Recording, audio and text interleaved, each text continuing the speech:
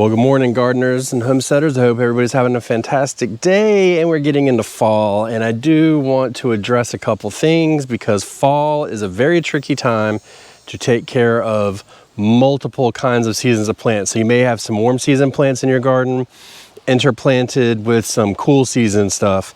And the fertilization can get a little weird and tricky, and things don't really like some stuff. So I just kind of want to talk about that. And the fertilizing regimen for me is a lot different in the fall.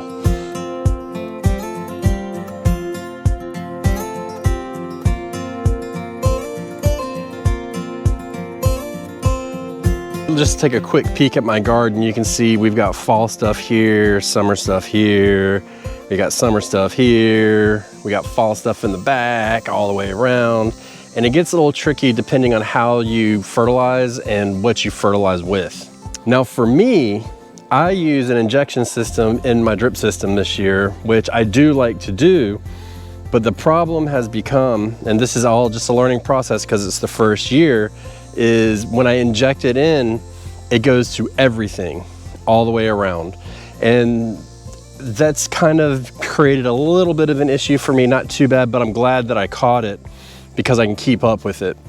There's multiple things you can do, especially if you use an in-ground drip system and you're injecting. So we'll go over that. And then I'm also, because I know not everybody's using that, I also use granular fertilizers. So we'll talk about that as well. There's, you know, depending on what's in the bed is what you want to put in the bed. Not everything requires the same nutrients. And I have a perfect example right here. These black-eyed peas, the root of them are in this bed. And then this is the broccoli in this bed as well. So we have a couple things going on here. You can see that these black-eyed peas, which I definitely have some I need to pick, are showing signs of stress. You can see. And it's not any kind of disease or anything like that. It's the fertilization that's causing it.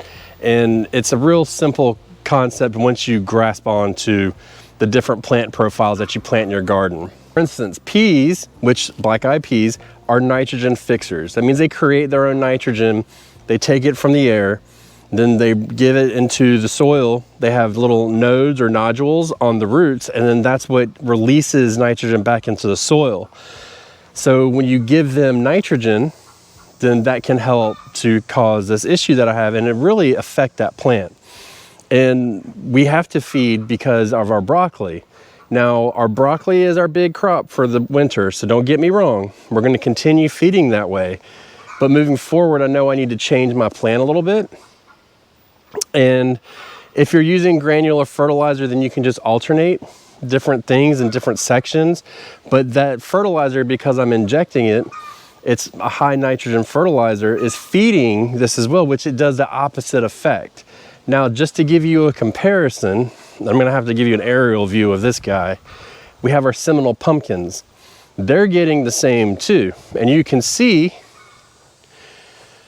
this Seminole pumpkin stops here and goes all the way over there. And it's getting the same fertilizing treatment as everything else. And it's in a bed that has cabbage in it, which is another nitrogen hungry plant. So it needs a lot of nitrogen because you're growing leaves. We're eating leaves. So we need to grow more, we need to put more nitrogen in to create leaves because that's what nitrogen does. That being said, so that works out fine. But when you do peas, stuff like that, anything that you can even come across that fixes its own nitrogen. And another thing too, and I'll show you, this is kind of pitiful. And this is known thing about herbs. This is the bed that we've been testing this out. This is our pepper bed, and you can see the peppers are yellowing a little bit. And we've kind of danced in between fertilizing them a lot and not fertilizing them because of this basil. And basil and herbs in general do not like to be fertilized. They are more pungent. They have more flavor when they're fertilized. And when we injected it, you can see what happened. This basil right here just took a beating, and it just can't handle a beating.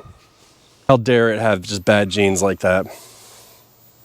So we're kind of dancing around that in this bed right here. And we're probably, I mean, as of right now, I'm gonna go ahead and let you know, we're just gonna smoke the basil and pump these with some nitrogen and get them really going, get some greenery going to them.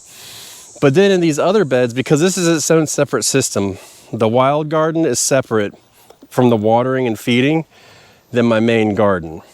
But over here, we have stuff like carrots, parsnips, daikon radishes that are not nitrogen hungry plants. And as a matter of fact, we don't want to feed them a lot of nitrogen. So what I do is when I feed, and when they get a little bit bigger, right now they're just little seedlings, but once they start to get bigger, we'll turn the water off to those beds when we feed, and that way there won't be any food going to it, and all of it will go to the beds that we want.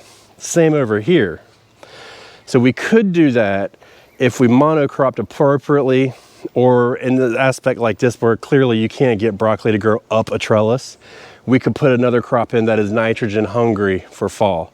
I mean, if we put our, and I don't know off the top of my head if they're combative at all, but if we put green beans and broccoli together, then we wouldn't really have that much of an issue. So there is that. But that's all injection system. Let's talk about like granular fertilizers, which most people are using, and I, including myself, use as well in conjunction with my injection. Beds here, they're all, like I said, they're all different and they have different requirements, and we try to meet those. And then the way that we do that is with our granular fertilizers. So in this bed here, we have our tomatoes, our second crop of tomatoes, which are doing well. We add 10-10-10 fertilizer, and that's basically about it for this. And then we'll let the injection system hit it as well. And for the summer, usually we use mostly a 10-10-10 fertilizer, or maybe like a 10-7-6 or something like that, just to kind of get everything up and going. But for right now, this bed's getting it, and then all of these other beds will also get 10-10-10 fertilizer, but they're always gonna get one more ingredient. Now that ingredient is gonna be either blood meal, alfalfa meal, feather meal, and that's it for as far as granular goes. And that's just pure nitrogen. And that's just gonna get those greens going, get them going faster. Now we use those in conjunction with the injection because the injection is more diluted and it feeds it immediately. But in between, once we put these organic fertilizers in, they'll start to break down more. And it takes time for them to, so it's a slow release feeding system for our garden. So if we came in here and we added our 10-10-10 fertilizer, then we know in about 2 weeks it'll start feeding it. Now we have to start looking from this point forward. There goes one of my bees. Go on now, get one of the bees. See, the bee threw me off completely. At this point in the year, knowing that our frost is coming up, is it worth it to put that granular fertilizer in this bed and let it break down and start feeding in about 2 weeks, when in fact we could be about 4 weeks out from our first frost, roughly speaking. I think right now we're about 6 weeks off, but still what's gonna happen in the meantime are these tomatoes are gonna start to slow down their growth and their production. And there's really no need to get them up and going and feed them hard at that time. But, and there's always a big but in the room, isn't there? Let's say you've decided to come out and you know that your tomatoes are getting done soon, and we're gonna be harvesting them just like so. I just wanted to harvest a few, to be honest. I didn't want to do much. And we're harvesting our tomatoes, and we know, for instance, like this bed's gonna get lettuce soon. Then we'd go ahead and I would just go ahead and fertilize it and give it the full regimen, 10-10-10 and the blood meal. Because what that's gonna do is by the time we get these plants out of here, we will already have fertilizer activating in the soil and feeding these plants. And that's what I really wanna do. So you kind of gotta come to a point where you get really laser focused on what's going in and out of your garden. And I can't express that enough. You got to get laser focused sometimes. If you really want production and to have maximum production in your garden throughout the seasons, you got to have a well planned out plan. Sounds confusing, but a good plan. And I personally use a planter app for that, but you can do that, and you need to have a thought about when things are coming in and out of your garden and harvest times.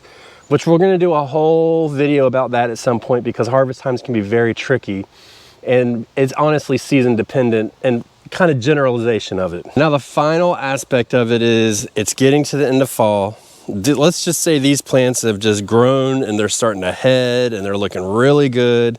And then all of a sudden you see your first frost coming in and you know it's coming. And look everybody, it's 2023, it's almost 2024. Your frost does not come up and surprise you.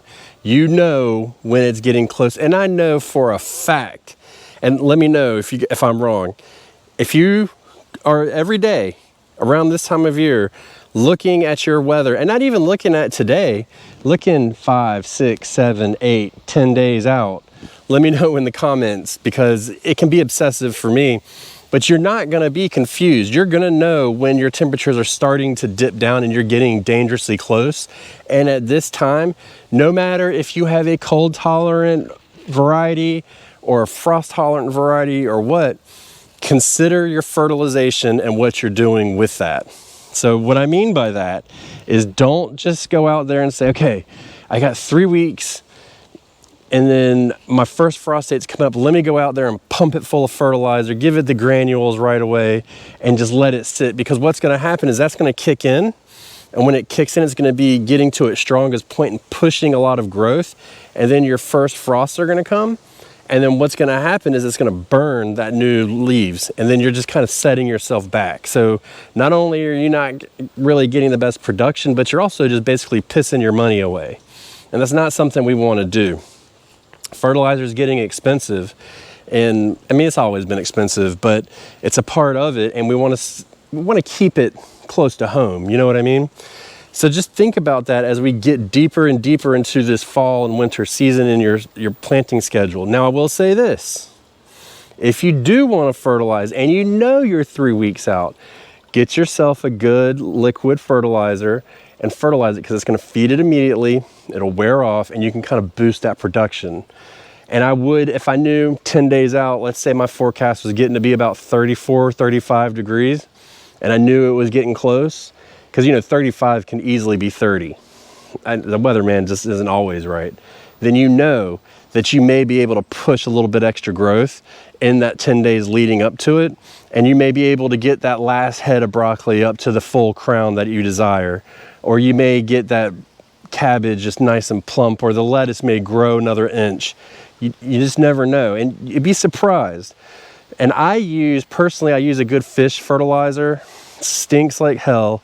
Does have one single drawback, and I'll show you that, but for the most part it works really good, really fast, and it can kind of give it that boost that it needs, as well as feeding all the nice bacteria and stuff in your garden. Came out here for this lettuce last night and I fertilized it, and look at what they did. They came and dug in it. Simple fact is, the fish fertilizer brings the pests in, and when I say pests I mean the mammals. So just be aware of that. But for the most part, if you follow your weather and you fertilize appropriately, you're gonna be good. And when you just separate these crops, make sure that you're not giving crops that don't need nitrogen a lot of nitrogen, or crops that are producing full fruits. You're not giving them just nitrogen, you're giving them a balanced diet. It's just like us. Plants need a balanced diet to live a good, healthy life and be productive.